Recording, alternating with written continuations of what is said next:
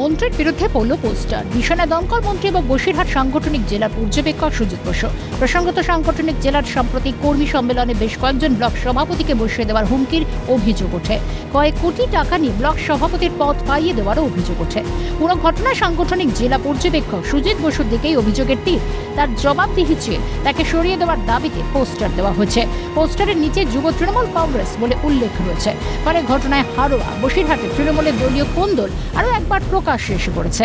হারোয়ার আনাচুকানাচি পোস্টারে রীতিমতো অস্বস্তিতে তৃণমূল, যদিও তাদের সাফ বক্তব্য গোষ্ঠীদ্বন্দ্ব মানা হবে না।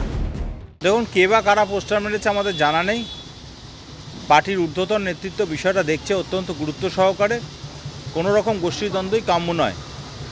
হারোয়া বা মিনাখায় তৃণমূল কংগ্রেসের শক্তিশালী সংগঠন রয়েছে এবং যে জিনিসটা ঘটছে সেটা কাম্য নয়। সুজিত বসু আমাদের নমস্য শ্রদ্ধেয় নেতা।